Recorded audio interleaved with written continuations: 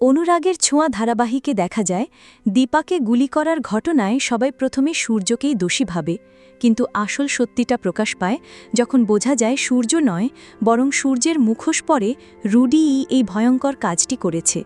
সূর্য পুলিশের সামনে প্রমাণ করে দেয় যে সে নির্দোষ, অথচ রুডিই আসল অপরাধী। রূপা মায়ের প্রতি ক্ষোভে ফেটে পড়ে এবং বাবার বিরুদ্ধে তীব্র অভিযোগ আনে। তবে পরিস্থিতি আরও জটিল হয়ে ওঠে যখন পুলিশ সূর্যকে গ্রেফতার করতে আসে। তখনই দীপা দুর্বল শরীরে জানিয়ে দেয় সূর্য তাকে গুলি করেনি।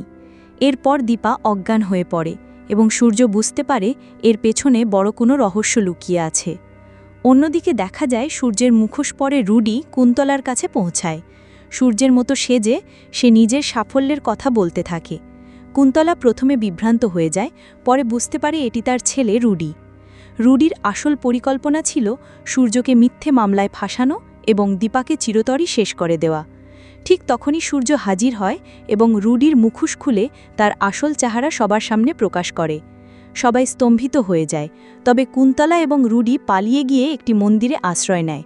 সেখানে তারা ভেবেছিল প্রতিশোধ সম্পূর্ণ হয়েছে এবং দেবী তাদের প্রতি খুশি, কিন্তু হঠাৎই আশেপাশের জিনিসপত্র নড়াচড়া শুরু করে এবং ভেঙে পড়ে তাদের গায়ে। দুজনেই বিপদের মুখে পড়ে যায়। অন্যদিকে হাসপাতালে দীপার অবস্থা আশঙ্কাজনক।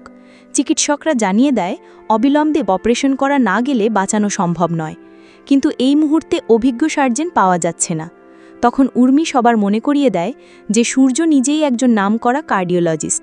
একমাত্র সূর্যই এই পরিস্থিতিতে দীপাকে বাঁচাতে পারে।